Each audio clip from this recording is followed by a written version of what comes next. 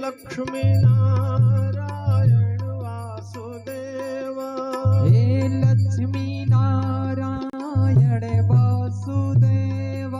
श्री कृष्ण गोविंद हरे मुरारी, हे नाथ नारायण वासुदेव।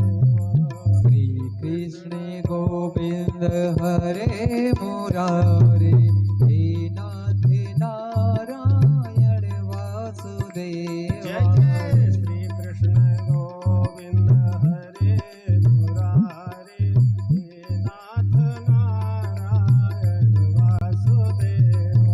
श्री कृष्ण गोविंद हरे मुरारी, हे नाथ नारायण वासुदेव। हे नाथ नारायण वासुदेव, हे नाथ नारायण वासुदेव। हे लक्ष्मी नारायण वासुदेव, हे लक्ष्मी नारायण वासुदेव। बोलिए भक्तवत्सल भगवान की जय हो। आए हम सभी मिलकर के श्री आचार्य श्री से निवेदन करेंगे। श्री आचार्य जी हम सारे भक्तों को भागवत ज्ञान गंगा में अवगाहन कराएं। श्री आचार्य जी हरि शरणम हरये नमः।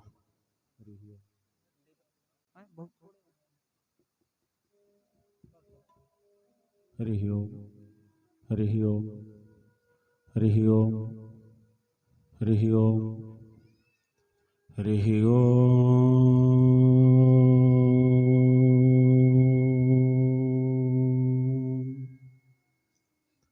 नमः परमहंसा स्वादित चरण कमल चिन्मकरंदाय, भक्तजन मानस निवासाय, श्री कृष्णचंद्राय,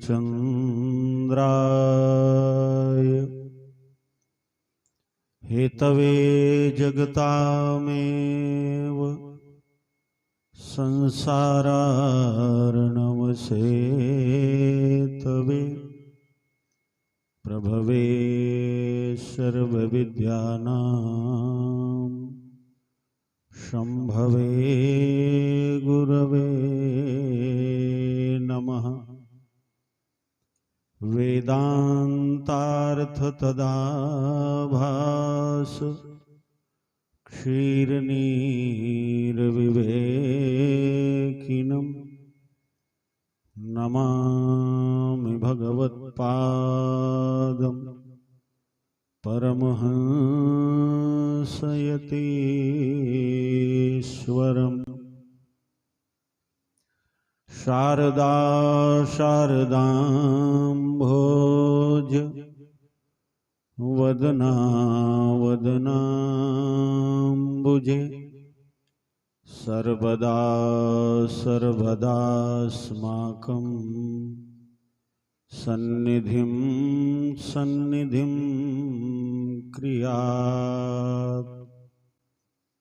यत्र यत्र रघुनाथ कीर्तनं तत्र तत्र कृतमस्तकाञ्जलिं, वाष्पवारि परिपूर्णलोचनं मारुतिं नमत राक्षसान्तकम्।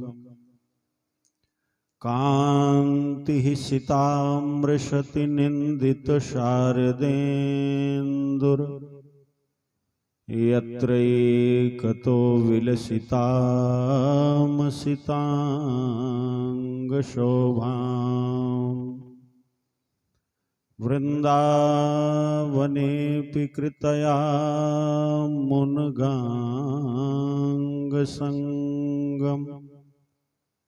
राधा मुकुन्दयुगलं तदहं नमामि। शीशमुकुटकटिकाछनि करमुरली उर्मा एहि बानिक मोर मन बसो सदा बिहारी लाल। बोलिए वृंदावन बिहारी लाल की जय हो।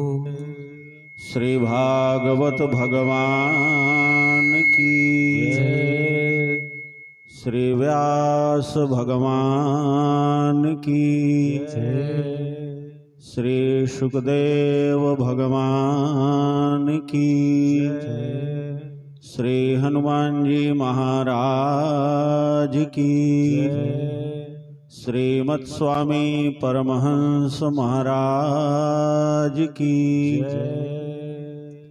आइए बड़ी श्रद्धा और प्रेम के साथ अपने मन वाणी और अंतःकरण को पावन करने के लिए और भगवान की कथा को हृदयस्थ करने के लिए 2 बार भगवान के पावन नाम का स्मरण किया जाए।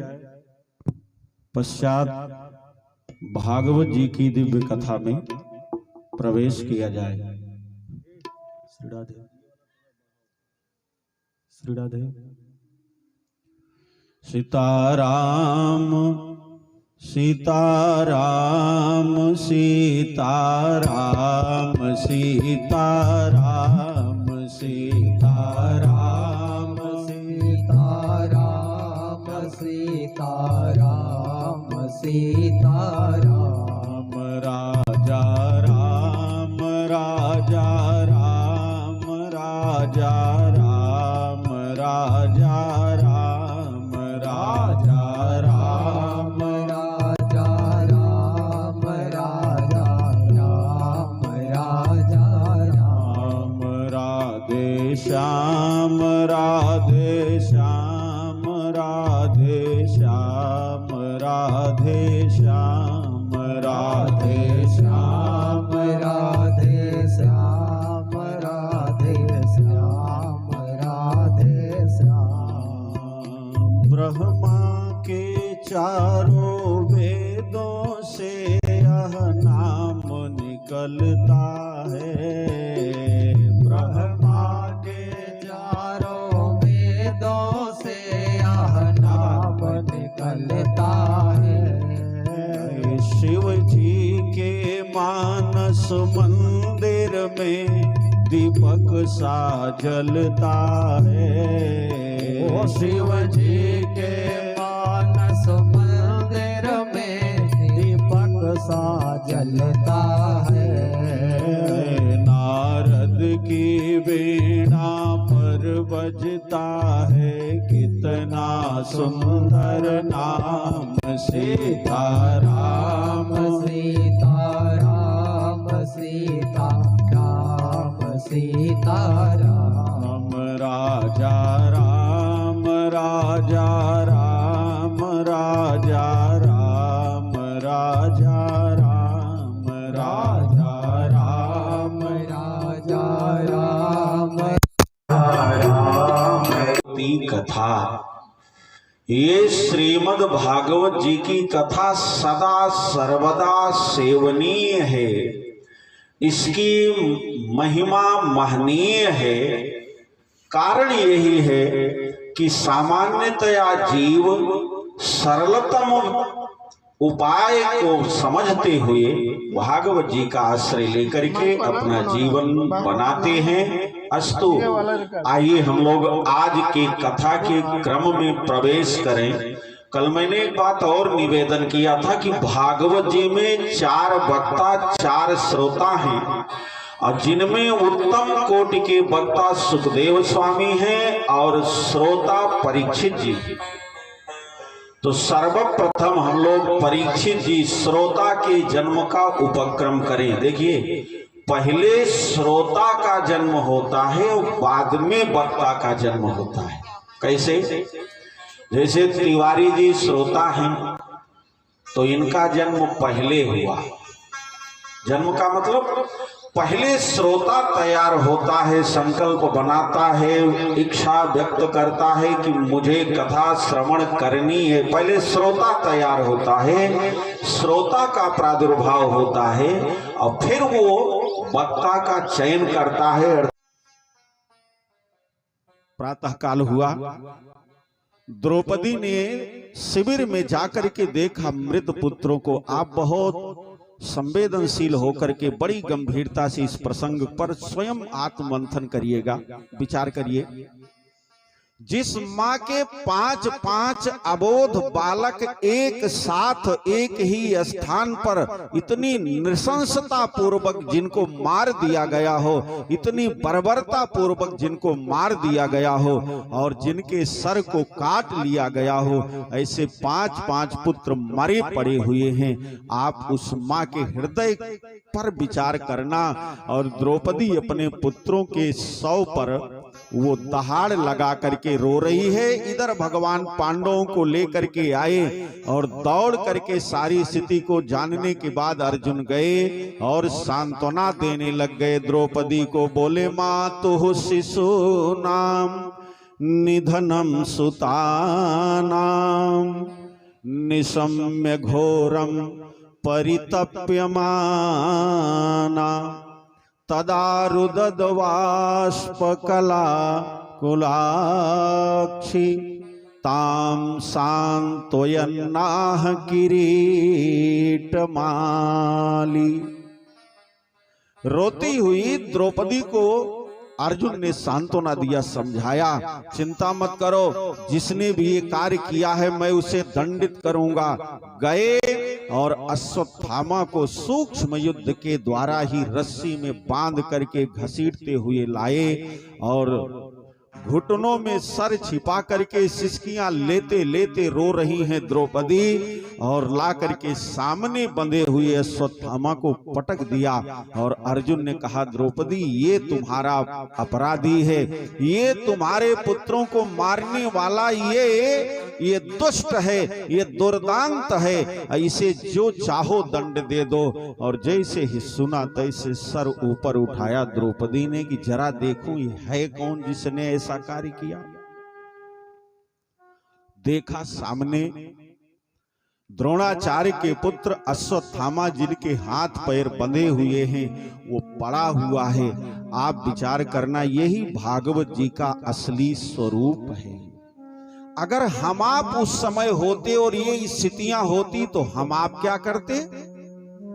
और भागवत जी में द्रौपदी हैं और वो क्या कर रही हैं। इसीलिए देखो सूत जी महाराज जब यहाँ पर द्रौपदी के लिए संबोधन करते हैं तो कहते हैं, वाम स्वभावा कृपया स्ववत्सला। वो वात्सल्य पूर्ण जिनका हृदय है, शास्त्र की विधि से जीवनचर्या करने वाली वो द्रौपदी हैं और यही उनका असली स्वरूप है। तभी तो भगवान द्रौपदी को इतना मानते हैं। द्रौपदी को भागवत जी में दया का रूप कहा गया, उनको दया के नाम से बुलाया गया। आप देखिए, द्रौपदी ने जैसे देखा अश्वत्थामा को हाथ पैर बंधे हुए हैं और रोते रोते ही अर्जुन की तरफ देखा और द्रौपदी ने कह दिया, बोले, मुच्यताम मुच्यतामेष। अर्जुन, मुच्यताम मुच्यताम एस, इस अश्वत्थामा को तुरंत छोड़ दो, तुरंत छोड़ दो। हरि राम, जैसे ही कहा तैसे अर्जुन अवाक हो गए। उन्होंने समझा कि ये 5 पुत्रों को मरा हुआ देख करके संभवतः द्रौपदी का मस्तिष्क काम नहीं कर रहा है, ये बात को समझ नहीं पा रही हैं, ये नहीं जान पा रही हैं कि इसी ने हमारे बेटों को मारा है, अन्यथा द्रौपदी दंडित करेंगे। ये तो छोड़ने के लिए कह रही। अर्जुन ने दोहराया, बोले, द्रौपदी इसी ने तुम्हारे 5 पुत्रों को मारा है और तुम इसको छोड़ने के लिए कह रही हो। और तैसे द्रौपदी ने कहा, बात सुनो, ये कोई सामान्य व्यक्ति नहीं जिनको आपने बांधा है, आपको इस तरह करने का अधिकार नहीं है। अरे ऐसे ही भगवान द्रोण ही प्रजा रूपेण वर्तते, ये कोई सामान्य नहीं, ये हमारे गुरुदेव भगवान द्रोणाचार्य के पुत्र हैं। और गुरु का जो पुत्र होता है वो गुरु ही होता है। आत्मा वही जायते पुत्रः, पिता की आत्मा ही पुत्र के रूप में जन्म लेती है। और हमारे गुरुदेव भगवान द्रोणाचार्य हैं और उन्हीं के पुत्र अश्वत्थामा हैं, ये उनकी आत्मा है। इसका मतलब ये भी गुरु के रूप में है। इन्हें तुरंत छोड़ दीजिए। मुझे पता है कि इन्होंने अपराध किया, लेकिन फिर भी आप इनको छोड़ दीजिए। बोलिए भक्तवत्सल भगवान की जय। अर्जुन ने जब तिबारा कहा कि इसको दंडित करो, इसने अपराध किया है, और तब द्रौपदी ने अर्जुन से एक बात कही जो बहुत सुंदर है। द्रौपदी ने कहा, अर्जुन बात सुनो, वास्तव में मैं इसलिए कह रही हूं कि इसको छोड़ दो कि मारोदीत अस्य जननी गौतमी पति देवता यथाहं मृतवत्सारता रोदीम मिश्रमुखी मोह। मैं इसलिए कह रहा हूं कि इसकी माता जो गौतमी है, कृपी है, वो दोबारा न रोए। एक बार उसने रोया तो आज हमारी ये स्थिति हुई। मानो वो संकेत कर रही हैं। द्रौपदी ने कहा, अर्जुन बात सुनो, जो अश्वत्थामा की माता गौतमी है, जिस दिन आप लोगों ने द्रोणाचार्य को मारा था, उस दिन मैं शाम को अपनी गुरुमाता के पास गई थी, उन्हें सांत्वना देने गई थी, उन्हें समझाने में गई थी। और जब मैं उनके कुटिया में पहुंची थी तो उस समय वो रुदन कर रही थी, वो रो रही थी।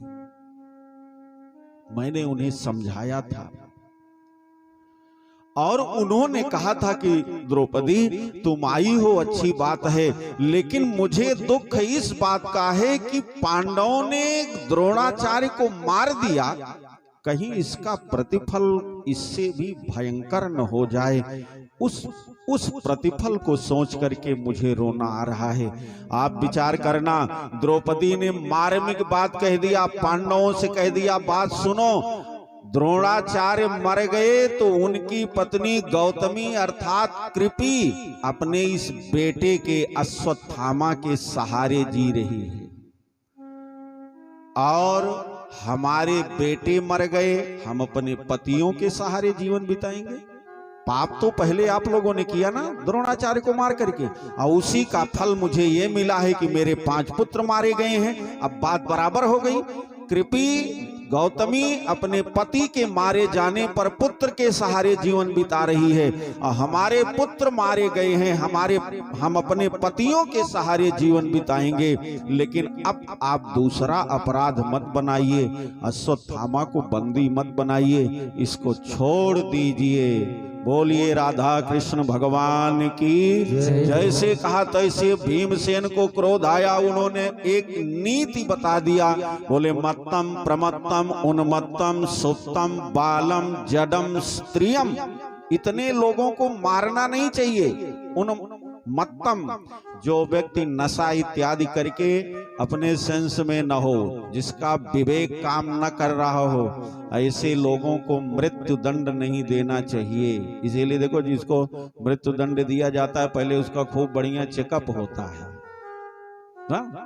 और सुप्तम, सोए हुए व्यक्ति को मृत्यु दंड नहीं देना चाहिए, वो चाहे जितना बड़ा आपका शत्रु क्यों न हो।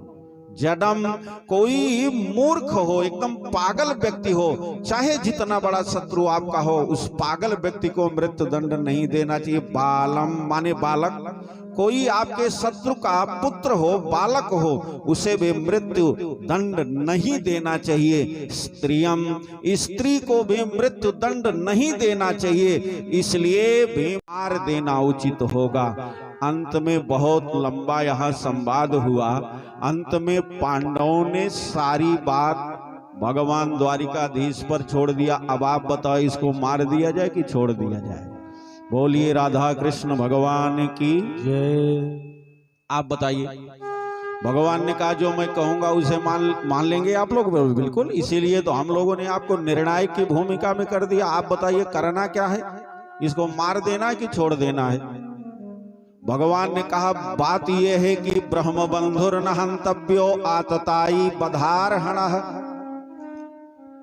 ब्रह्म बंधुर न हंतव्यो, बंधु माने वैसे तो बंधु माने जैसे लोग कहते हैं हमारे बंधु बांधव हैं, या भाई को भी बंधु कहते हैं, लेकिन एक बात समझना, संस्कृत भाषा बहुत अगम है और यहाँ कभी कभी विसंगतियां होती हैं और परंपरा के अनुसार आप नहीं चलेंगे तो फंसेंगे। जैसे बंधु बहुत अच्छा शब्द है, हम आप अपने भाइयों को भी बंधु कहते हैं, कहा भी जाता है, लेकिन बंधु शब्द कहीं भी संस्कृत जगत में कहीं भी अगर ब्राह्मणिक शब्द के साथ लगेगा तो वहां बंधु का मतलब होता है अधम। भगवान ने कहा ब्रह्म बंधुर न हंतव्यो, ब्राह्मण अगर अधम हो तो भी उसे मृत्यु दंड नहीं देना चाहिए, इसलिए समझना बहुत जरूरी है। अब जैसे भगवान राम का नाम सत्य है, इसमें कोई दो राय नहीं। भागवत जी में भी बहुत हजारों बार इस बात को बताया गया। अन्य शास्त्रों में भगवान का नाम शाश्वत सत्य है, लेकिन विवाह मंडप में वर वधू बैठे हों और बढ़िया बावरी सुखमंगली सिंदूर दान कुछ भी चल रहा हो और विवाह कराने वाले आचार्य अगर विवाह मंडप में उसी समय राम नाम सत्य है, राम नाम सत्य है, राम नाम सत्य है कहेंगे तो दक्षिणा मिलेगा तिवारी जी? कहां से मिलेगा? अब राम नाम सत्य है, लेकिन जहां आप बोल रहे हो वो परंपरा में नहीं है, अस्तु ये जानना बहुत जरूरी है। ब्रह्म बंधुर न हंतव्यो, ब्राह्मण अधम हो तो भी उसे मृत्यु दंड नहीं देना चाहिए। अगली लाइन में भगवान ने कहा आतताई बधारहणः, अगर वो आतताई हो तो वो वध के योग्य है। अब पांडवों की समझ में ही बात नहीं आएगी, ये कहना क्या चाह रहे हैं? एक बार तो कह रहे हैं कि नहीं मारना चाहिए, एक बार कह रहे हैं मार देना चाहिए। अर्जुन ने पूछा भैया आप ऐसे टेढ़ी मेढ़ी बात न करो भाई, आपकी सारी लीलाएं टेढ़ी, आपका नाम टेढ़ा, आप सब ऐसे सब टेढ़ा मेढ़ा आपका कार्य। भगवान कृष्ण देखो खड़े होते हैं तो भी सीधे नहीं खड़े होते हैं, वो लिए बांसुरी एक पैर पर टेढ़े ही खड़े होते हैं, है कि नहीं? और राम का नाम इतना बढ़िया सीधा साधा, कोई भी आबाल वृद्ध कोई भी राम बहुत आसानी से। और वहीं कृष्ण का नाम लेना हो तो हमें लगता है 80-85% लोग तो नमोए नहीं ले पाएंगे शुद्ध, इतना टेढ़ा नाम है, लीलाएं भी सारी टेढ़ी हैं। इसीलिए अब बहुत सारे लोग कहते हैं कि अब भगवान ने भी तो 16,108 विवाह किए, तो हमको करने में 2 विवाह करने में क्या समस्या है? हमने कहा भगवान ने जो किया वो न करना। भगवान ने तो 16,000 किए और तुम 1 से 2 ही कर लोगे तो सर में बाल नहीं रह जाएंगे। इसलिए भगवान ने जो किया है वो, हम आप भगवान नहीं है ना, हम आप जीव हैं। जीव और ब्रह्म दोनों की कभी तुलना नहीं हो सकती। जीव और ब्रह्म दोनों एक समान चल नहीं सकते, जीव और ब्रह्म दोनों एक श्रेणी में नहीं हो सकते। क्यों? है तो वो ईश्वर अंश जीव अविनाशी, लेकिन ईमानदारी की बात यही है कि जब ये जीव इस संसार में आया और जैसे ही मृत्यु लोक से इसका संपर्क हुआ तैसे ही ये जीव मटमैला हो गया। आप विचार करना, आकाश से जब जल बरसता है तो वो रास्ते में एकदम पवित्र होता है, शुद्ध होता है, बढ़िया निर्मल होता है, और जैसे ही भूमि से उसका स्पर्श होता है तैसे वो गंदा हो जाता है। भूमि परत बा डाबर पानी, जिमि जीव ही माया लपटानी। ये जीव वैसे ही यहाँ इस संसार में आते ही ये माया के द्वारा ग्रसित हो जाता है। तो ये ब्रह्म कैसे हो सकता है? इसलिए जीव और ब्रह्म दोनों एक श्रेणी में समान रूप से नहीं चल सकते हैं, ये सदा सर्वदा याद रखना चाहिए। एक बात मैं और आपसे निवेदन करूं, बालक जब जन्म लेता है और जन्म लेने के बाद अगर बच्चा रोए तो समझ लीजिए वो स्वस्थ है, और अगर बच्चा न रोए तो समझ लीजिए वो स्वस्थ नहीं है। ऐसा लोग कहते हैं, यही सही भी है कि नहीं? गांव लोग कहते हैं अरे बच्चा रोया नहीं, तुरंत डॉक्टर साहब के पास ले जाते हैं। लेकिन आज तक आपने ये विचार किया कि आखिर वो बच्चा जन्म के बाद रोता क्यों है माता जी? अरे भाई, कोई व्यक्ति रोएगा दो ही परिस्थिति होगी, या तो बहुत सुखी होगा तो रोएगा, या तो बहुत दुखी होगा तो रोएगा। दो स्थितियां रोने की होती हैं। अच्छा, सुख में जो व्यक्ति रोता है वो अश्रु अलग होते हैं, वो स्पष्ट हो जाता है कि ये सुखी होकर के बेटा खूब बढ़िया पद पा गया, माताजी के पास आया, प्रणाम किया, माताजी ने हृदय से लगाया और वो रोने लग गई, तो वो रोना अलग है।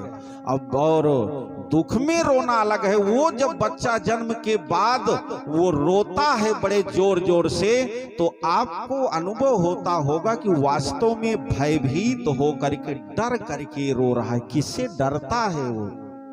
आप इस प्रसंग के माध्यम से समझना। जब जीव 9 महीने गर्भ में रहता है, आदौ कर्म प्रसंगात कलयति कलुषे मातृकुक्षौ स्थितम माम, वो जब मातृकुक्ष में स्थित जीव जब प्रार्थना करता है भगवान से, मुझे यहाँ से मुक्त कर दो, मैं आपका भजन करूंगा, और भगवान ने कहा जाओ, तुम बार बार कह रहे हो, तुम्हारी बात मान करके जन्म दे रहा हूं। और जैसे बालक बाहर आता है तैसे ही उसे सबसे पहले किसका दर्शन होता है जानते हैं? यमराज का। वो बहुत भयंकर विशाल भैंसे की सवारी और बहुत विशाल मोटा तगड़ा लंबा चौड़ा शरीर, नंग धड़ंग शरीर, जिसके बिखरे हुए लंबे लंबे काले बाल, अंगार के समान निकली हुई आंखें, वो यम दंड हाथ में लिए हुए गर्जना करते हुए जब यमराज को अपने सामने आते हुए देखता है, वो बालक, वो जीव रोने लगता है, क्योंकि अभी तक गर्भ में वो भगवान के दिव्य स्वरूप का दर्शन कर रहा था। और बाहर आते ही जब उस भयंकर स्वरूप को देखता है तो वो रोने लगता है। मतलब ये है, वो यमराज बता देते हैं कि बेटा, अब तू ईश्वर का अंश है लेकिन माया से ग्रसित है। अब एक समय आएगा जब मैं तुझे मारूंगा, इस संसार से तुझे ले जाऊंगा, मारते पीटते ले जाऊंगा। और उसी को देखकर बालक रोता है। मेरे कहने का कुल भाव मात्र इतने हैं। आज भगवान से जब कहा, पांडवों ने पूछा इसे मार देना है कि छोड़ देना है, एक लाइन में आप बताओ, टेढ़ी मेढ़ी बातें न बताओ, अपनी लीलाओं में उलझाओ नहीं। हमें यहाँ निर्णय लेना है कि अश्वत्थामा को मारना है कि छोड़ना है। भगवान ने कहा, अगर कोई ब्राह्मण अपराध करे, उसे भरी सभा में अपमानित करके उसको निकाल दिया जाए, अपमान करके उसे सभा से बहिष्कृत कर दिया जाए, समझो उसे मृत्यु दंड मिल गया। जन्म सिद्ध मणि को पांडवों ने निकाल लिया, धक्के दे करके बाहर कर दिया, और अश्वत्थामा बाहर पड़ा हुआ है। अंदर में पांडवों के साथ द्रौपदी, कुंती, सब लोग रो रहे हैं। रो इसलिए रहे कि हमारा वंश नष्ट हो गया। और उसी समय पांडवों के मध्य में उत्तरा आई, और उत्तरा ने रोते हुए पांडवों को, माता कुंती को, माता द्रौपदी को, सबको बताया, आप लोग रोइए नहीं, आप चिंता मत करिए, वास्तव में आपके वंश को बढ़ाने की मेरी जिम्मेदारी है। अच्छा, एक बात सुनो, जब विवाह मंडप में वर वधू होते हैं तो एक परंपरा वहां निभाई जाती है, वो उसको कहीं कहीं पर शाखोच्चार कहते हैं और कहीं कहीं गोत्रोच्चार कहते हैं।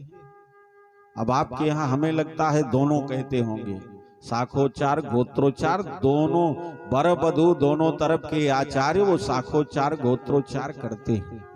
अच्छा, अगर मैं आपसे पूछूं कि शाखोच्चार में जब आप बैठे थे उस समय क्या हुआ था, शाखोच्चार में आचार्यों ने क्या बताया था, तो हमें लगता है आप लोगों को पता नहीं होगा। वो इसलिए कि विवाह, क्यों तिवारी जी?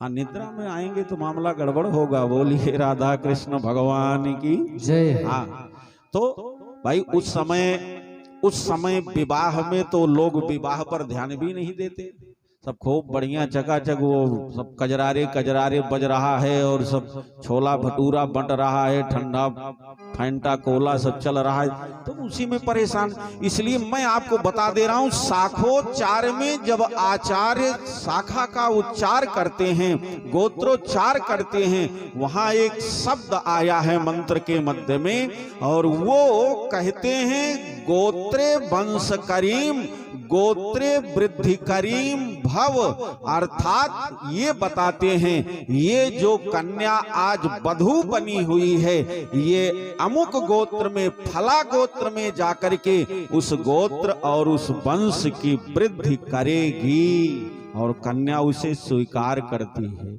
ये कम लोगों को स्मरण में रहता है। जिम्मेदारियां जितनी आपके जीवन में है वो सब अपने वैदिक परंपरा में है, वो सनातन परंपरा में है, लेकिन अब विवाह इत्यादि कराने हम लोग अगर बैठ जाए तो लोग कहते पंडित जल्दी जल्दी, अब नागिन डांस होगा तो उसमें कोई जल्दी नहीं तिवारी जी, हाँ वो भांगड़ा होते हुए 2 बजे तक चलेगा सब कुछ, और जहां मतलब जहां सही काम करने का अवसर आएगा वहां जल्दी कर दीजिए, लंबा समय लगाए दक्षिणें कट जाएगी या दूसरे लोग बुलाएंगे ही नहीं तो बहुत लंबा करवाते हैं।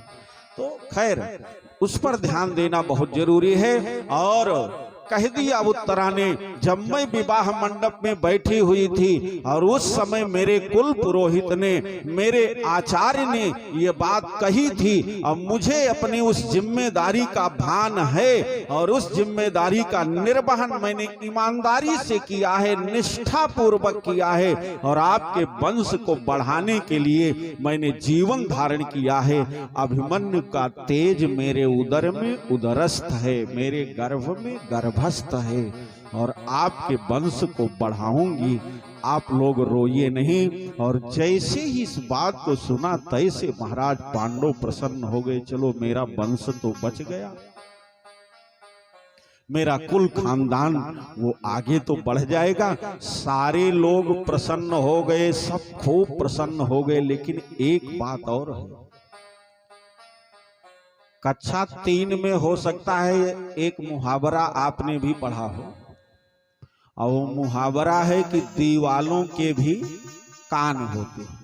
अच्छा, तो जो मैं कक्षा 3 में पढ़ता था, गुरुजी ने पढ़ाया, पांडे गुरुजी ने, कि वो दीवालों के भी कान, तो हमने अपने मन में सोचा यार कान हम लोगों के पास तो है, ये दीवाल में कहाँ कान है। अब वो बचपना की बात नहीं समझ में आई, बाद में समझ में आई कि दीवालों में कान होते, इस मुहावरे का अर्थ क्या होता है। और अर्थ यही है कि सारे पांडव घर के अंदर में प्रसन्न हुए, कुंती प्रसन्न हुई, द्रौपदी प्रसन्न हुई, लेकिन एक व्यक्ति ऐसा भी है जिसे इस बात को नहीं सुनना था, वो सुन लिया। वो कौन है? अश्वत्थामा। अभी अभी जिसे अपमानित करके धक्के देकर के घर से बाहर कर दिया गया है, वो अभी भी घर के बाहर पड़ा हुआ है, और उसने सुन लिया कि उत्तरा के गर्भ में पांडवों के वंश का अंकुर पल रहा है, बढ़ रहा है। इसलिए अश्वत्थामा ने अपने अपमान का बदला लेने के लिए ब्रह्मास्त्र का अनुसंधान उत्तरा के गर्भ पर कर दिया। और जैसे ही उत्तरा के गर्भ पर किया, उत्तरा को लगा कि मेरा गर्भ जल जाएगा, नष्ट हो जाएगा। दौड़ती हुई, भागती हुई सीधे भगवान द्वारिकाधीश के चरणों में गिर पड़ी, बोले पाहि पाहि महायोगिन, देव देव जगत पते। हे योग योगेश्वर भगवान द्वारिकाधीश, पाहि पाहि, मेरी रक्षा करो, मेरी रक्षा करो। भगवान ने कहा क्या हो गया? उत्तरा ने कहा सरकार, ये अग्नि के समान जलता हुआ बाण ये लग रहा है कि मेरे गर्भ को नष्ट कर देगा, और आप मेरी रक्षा करिए। भगवान ने कहा बात सुनो उत्तरा, घबराओ नहीं, तुम्हारे ये जो पांडव तुम्हारे ससुर लोग हैं, इस ब्रह्मांड में इनसे बड़ा योद्धा कोई नहीं, इनके पास जाओ, ये तुम्हें बचाएंगे। आप परेशान होने की आवश्यकता, रोने की आवश्यकता नहीं है। उत्तरा ने रो करके कहा, बोले सरकार बात सुनो, बात यह है कि आप मेरे प्राण की रक्षा करिए, मैं अपनी रक्षा के लिए आपसे नहीं कह रही हूं। ना, अभी तुरंत मेरा देह त्याग हो जाए, प्राण मेरा शरीर को छोड़ जाए, इसके मुझे कोई चिंता नहीं है। वास्तव में मैं इसलिए आपसे कह रही हूं कि आप मेरी रक्षा नहीं, मेरे गर्भस्थित शिशु की रक्षा कर लीजिए, जिससे मेरा दायित्व संपूर्ण हो जाए, मेरा वंश आगे बढ़ जाए। इसलिए मेरे गर्भस्थित शिशु की रक्षा कर लीजिए। आप विचार करना। उत्तरा ने भगवान से कहा, बोले सरकार, मैंने आपके द्वारा प्रदत्त मंत्रों का सविधि अनुष्ठान किया है, इसलिए गर्भ में स्थित मेरा शिशु उसके ऊपर कोई घात नहीं होना चाहिए। और आप विचार करिए, आप भी जिस समय भगवान राम वाल्मीकि जी के आश्रम में आए और स्थान पूछा कि स्थान बताइए मैं रहूंगा, और उस समय वाल्मीकि जी ने कहा कितने दिनों के लिए राम जी आप आए हो? राम जी ने कहा 14 वर्ष के लिए आया हूं। वाल्मीकि जी ने कहा आप 14 साल के लिए आए हो? बोले हाँ। बोले 14 साल के लिए आए हो तो मैं 14 स्थान बता दे रहा हूं, उन्हीं स्थानों में आप रहना। राम जी ने कहा बताओ। तो 14 स्थान वाल्मीकि जी ने बताया, और 14वां जो अंतिम स्थान बताया वो इसी प्रसंग से मेल खाता है। वाल्मीकि जी ने राम जी से कह दिया, बोले सरकार बात ये है, जो मंत्र राजनीत जप ही तुम्हारा, मंत्र राजनीत जप ही तुम्हारा, पूजहि तुम्हि सहित परिवारा, पूजहि तुम्हि सहित परिवारा, तुम्हि छाड़ी गति दूसरी नाही, तुम्हि छाड़ी गति दूसरी नाही, राम बसहु तिन के मन माही, राम बसहु तिन के मन माही, राम बसहु तिन के उर माही, राम बसहु तिन के उर माही। वाल्मीकि जी ने कह दिया कि जो मंत्र जाप मंत्र राजनित जपहि तुम्हारा, और पूजहि तुम्हि सहित परिवारा, और तुम्हि छाड़ी गति दूसरी नाही, और राम बसहु तिन के उर माही। आप उनके हृदय में निवास करना। अच्छा एक बात बताओ, वैसे तो भगवान लीला कर रहे हैं, और बाकी जब उदर में शिशु भी है और उदर में भगवान भी है, तो शिशु का नुकसान कोई कर ही नहीं सकता। फिर भी भगवान ने कहा, बोले सुनो बात सुनो, अपने 5 पांडवों से कहोगी इस ब्रह्मांड का सबसे बड़ा धनुर्धारी अर्जुन है, इस ब्रह्मांड के सबसे बड़े गदाधारी भीमसेन है, उनसे कह दो वो तुम्हारी रक्षा करेंगे। नहीं करेंगे तो मैं तो हूं।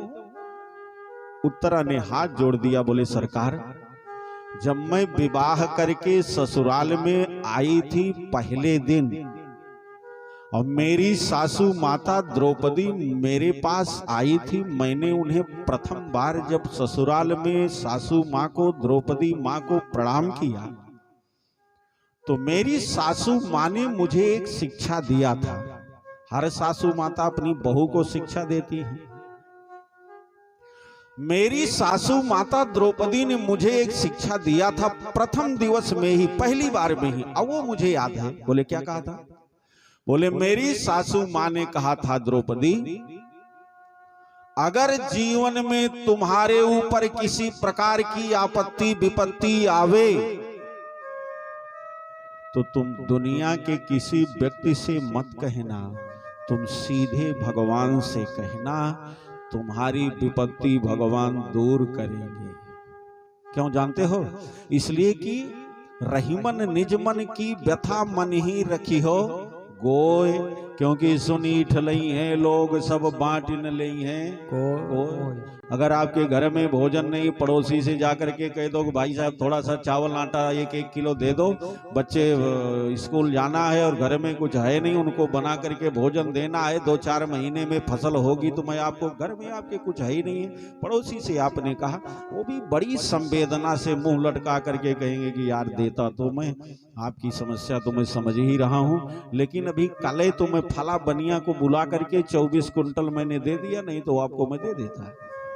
खूब संवेदना तो जताएंगे, लेकिन जैसे आप वहां से जाओगे तैसे सुनी ठलई हैं लोग सब बांट न लई हैं कोई। वो जाकर के चौराहे पर कहेंगे वो हमारे जो पटीदार हैं ना, वो पहले बहुत बड़े लम्बड़दार बनते थे, देखो आज खाने को नहीं तो परेशान है। आपकी समस्या से उन्हें लेना देना नहीं है, उसको 10 जगह कहेंगे जरूर। इसलिए मेरी सासू माँ ने मुझसे कहा था, उत्तरा जीवन में कभी तुम्हारे ऊपर आपत्ति विपत्ति आवे तो संसार वालों से मत कहना, इनसे धोखा मिल सकता है, तुम सीधे संसार के स्वामी से कहना।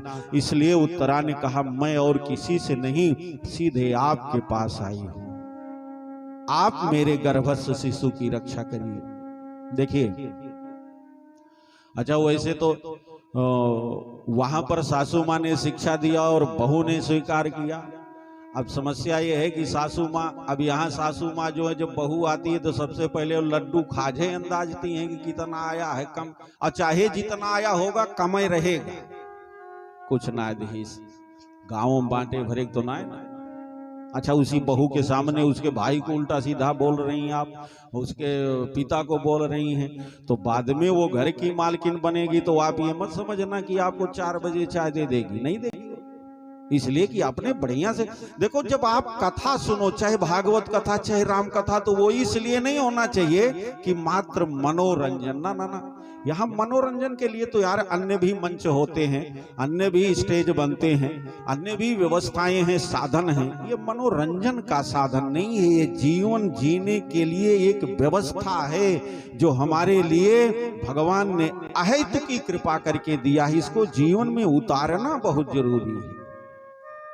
अन्यथा तो श्रोता बहुत तरह के होते। एक जगह मैं कथा कर रहा था और वहां 3 नए श्रोताए जबरदस्ती उनको भेज दिया गया। हमने कहा उस समय सूर्य उदय हो रहा था, अब कथा में कोई प्रसंग था, हमने कहा उस समय सूर्य उदय हो रहा था, तो एक श्रोता ने कहा, यार पंडित जी कथा कह रहे हैं सूर्य उदय हो रहा था, हाथ तो उत्तर को ये दिखा रहे हैं, तो क्या सूर्य उत्तर में उदय होता है? तो बगल वाले ने उनसे कहा कि बात सुनो, अब पंडित जी पढ़े लिखे हैं और पुराण की कथा कह रहे तो झूठ तो बोलेंगे नहीं। हो सकता है सतयुग त्रेता व्रता में कभी सूर्य उत्तरे में उदय हो रहा हो, ये भी हो सकता है, तो मान लेना चाहिए।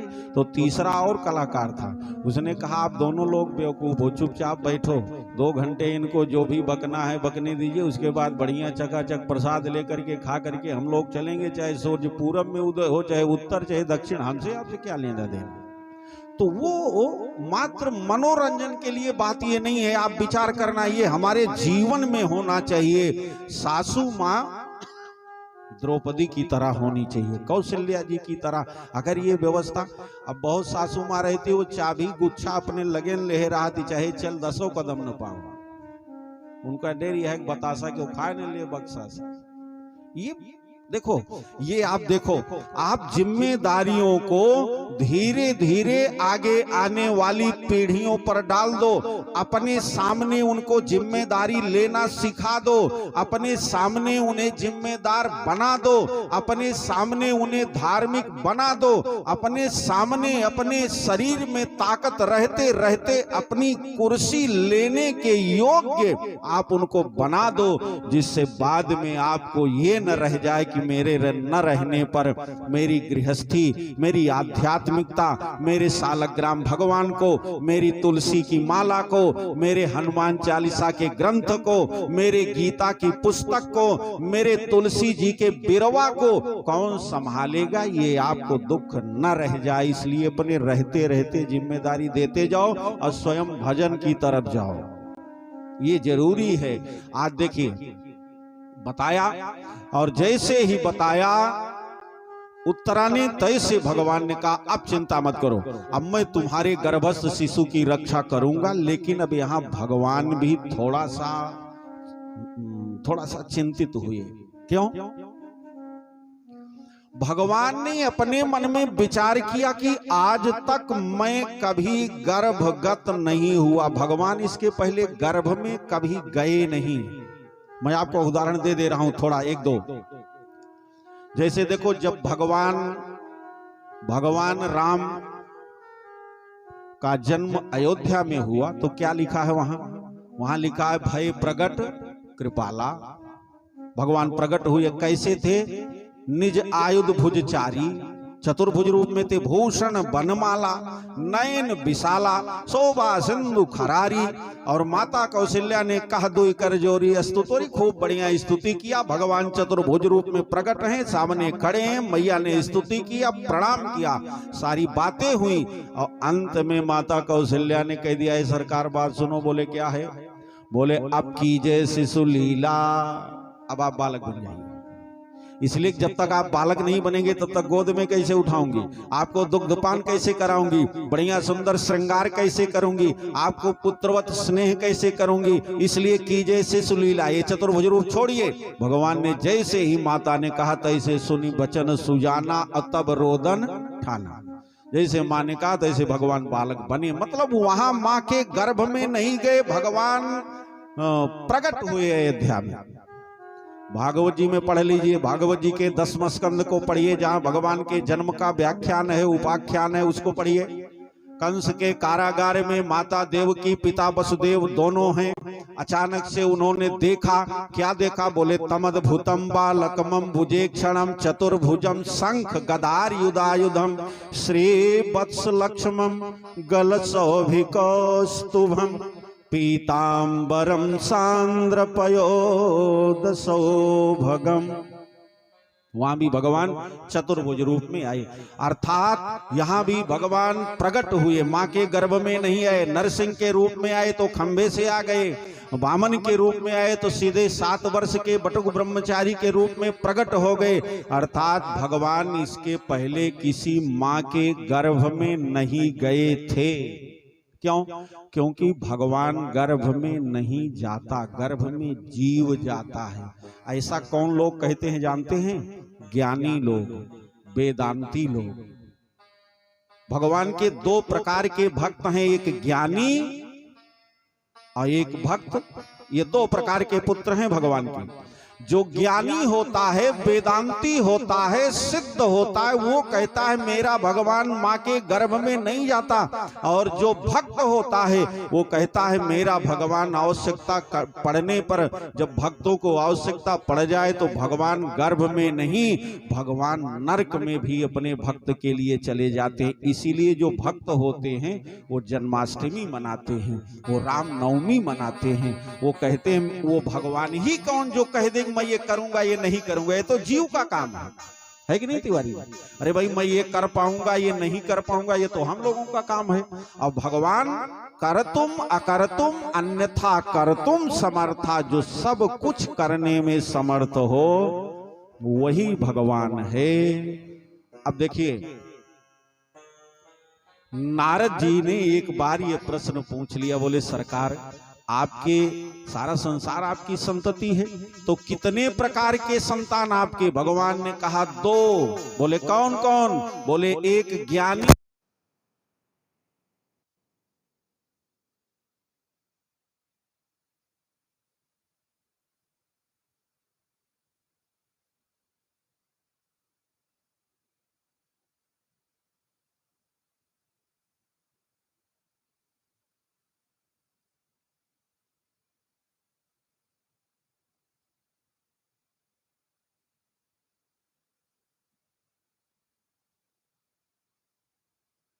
आज के आनंद की जय हो, संत समाज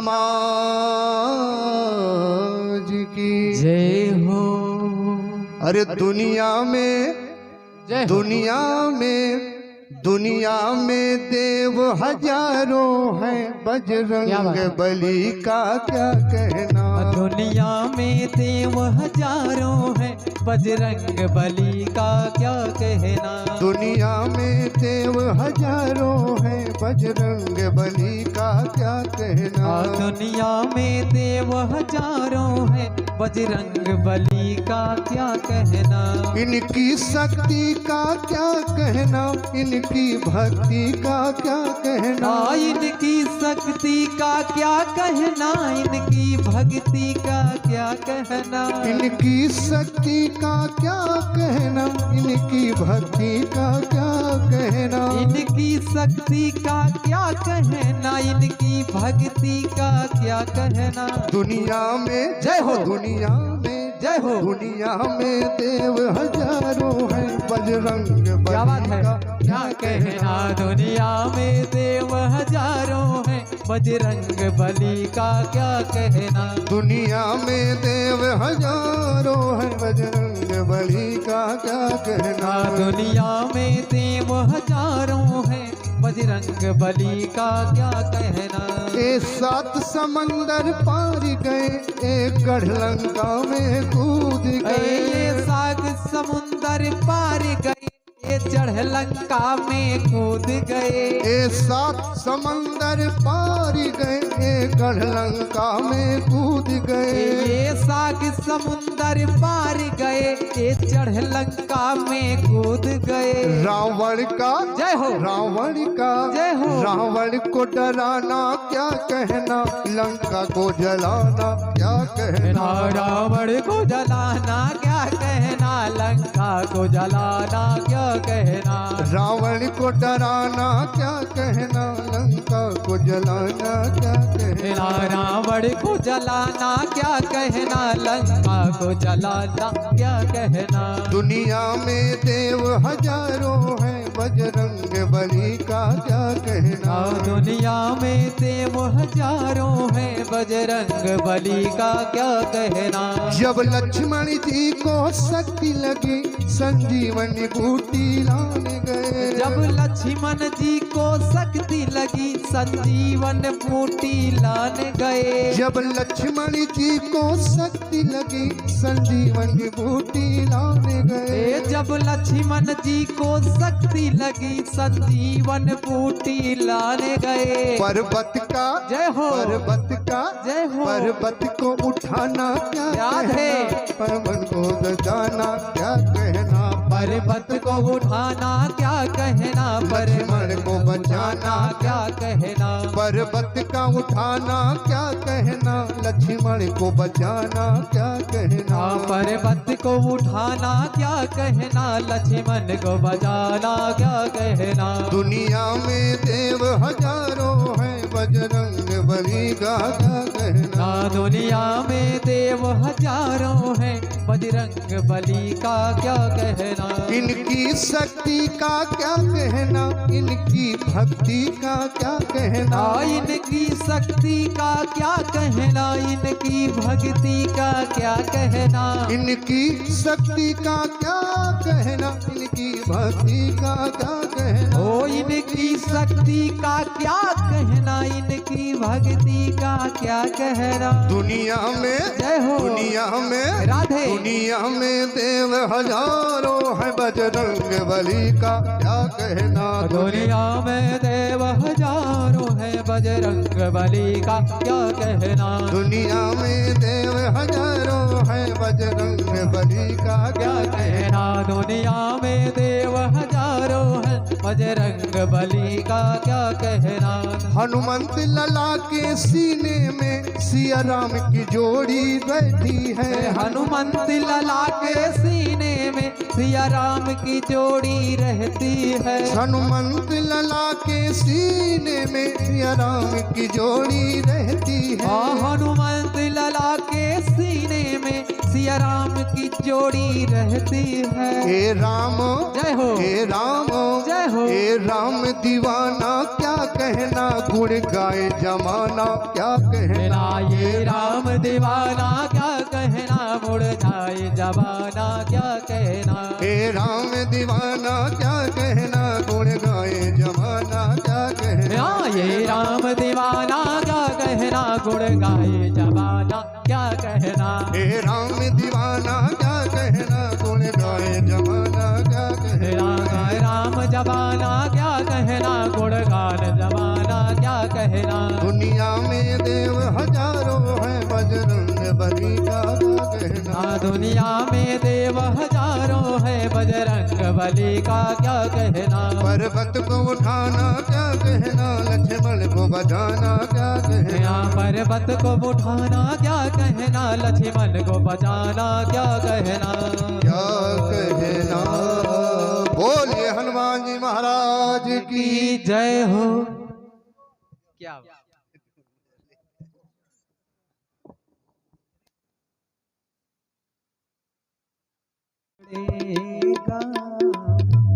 गजानन प्रभु तुझको आना पड़ेगा। गजानन प्रभु तुझको आना पड़ेगा। गजानन प्रभु तुमको आना पड़ेगा।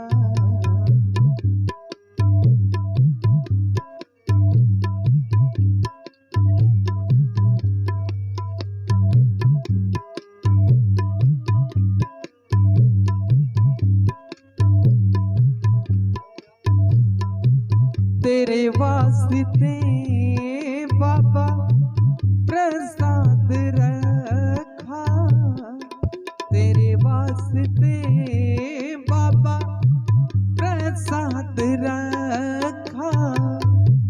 तेरे वास्ते बाबा प्रसाद रखा।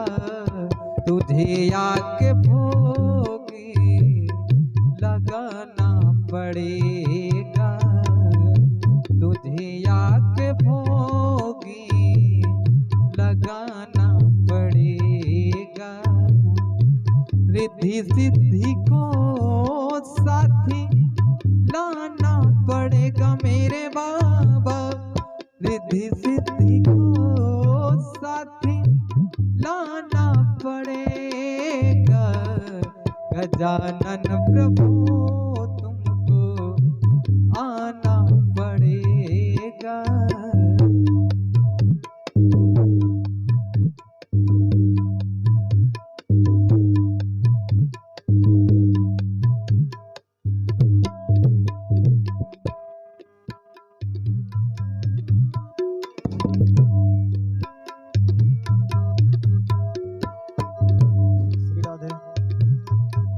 श्री राधे,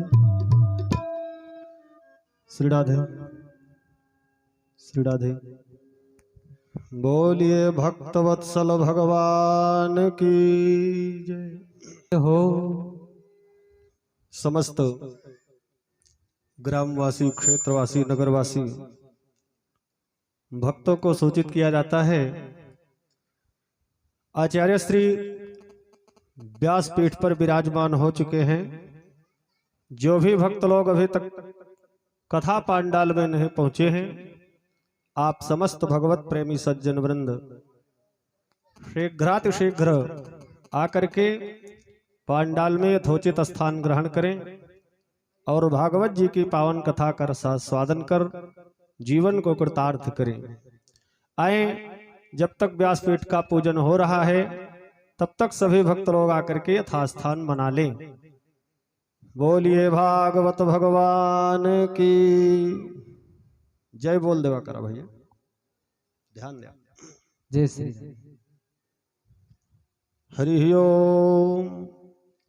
नारायणं नमस्कृत्य नरं चैव नरोत्तमं देवीं सरस्वतीं व्यासं ततो जयमुदीरयेत्।